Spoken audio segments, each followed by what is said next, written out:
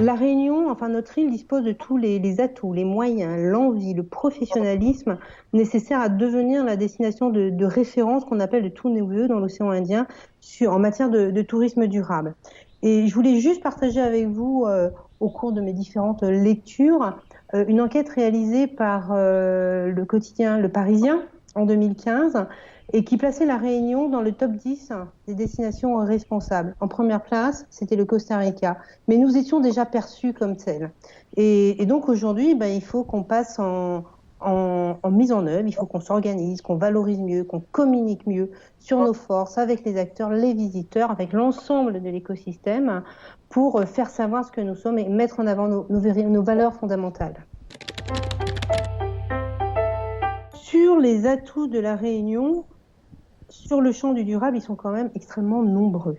D'abord, il y a une nature exceptionnelle et elle est reconnue de façon internationale par l'inscription des cirques Remparts et Python au patrimoine mondial de l'UNESCO.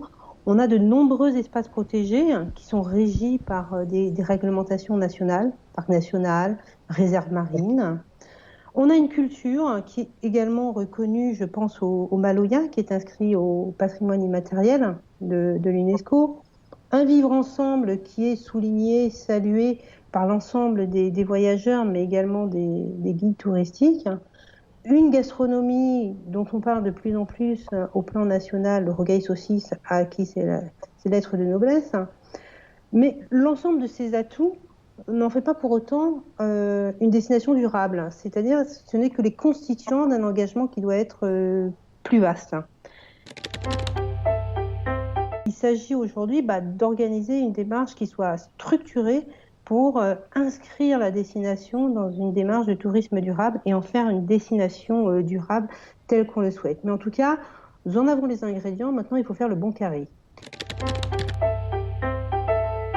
C'est bien entendu la garantie environnementale des trois piliers qui apparaît parce qu'elle se traduit par la sécurité sanitaire attendue par les visiteurs, qui est remontée dans le top 1 aujourd'hui des attentes. En termes de discours, d'éléments, ce qui est le plus mis en avant aujourd'hui, c'est clairement les atouts naturels de ces destinations.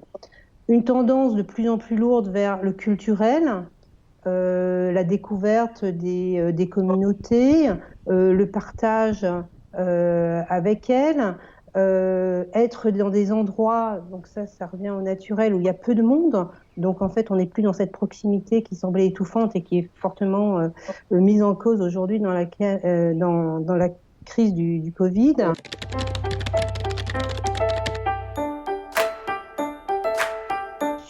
Sur l'aérien, la Réunion, vous pensez bien que ce n'est pas le seul cas, où nous avons des territoires insulaires sur lesquels on va en avion. Enfin, c'est difficile de faire autrement.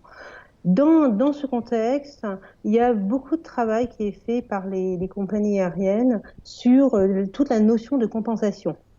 Comment moi, visiteur, et je pense que la Réunion va aussi s'y mettre, je peux compenser mon empreinte carbone quand j'ai pris un vol long pour arriver jusque-là. Il y a plein d'outils possibles, plein d'options possibles qui devront être proposées aux visiteurs.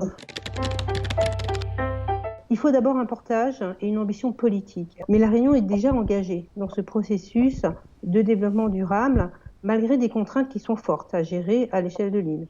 Une île qui est jeune, qui est soumise à des risques naturels importants, une population importante dans des espaces qui sont contraints, là aussi il y a une forte pression, des besoins en mobilité qu'il faut faire évoluer vers des mobilités plus douces, vers moins d'embouteillages, pour être très direct. Des engagements des socioprofessionnels, c'est le deuxième point, nous en avons vu quelques-uns, et Alice a bien expliqué comment il fallait s'inscrire dans cette cohérence globale de la chaîne touristique, et chacun doit apporter sa pierre en fait à l'édifice.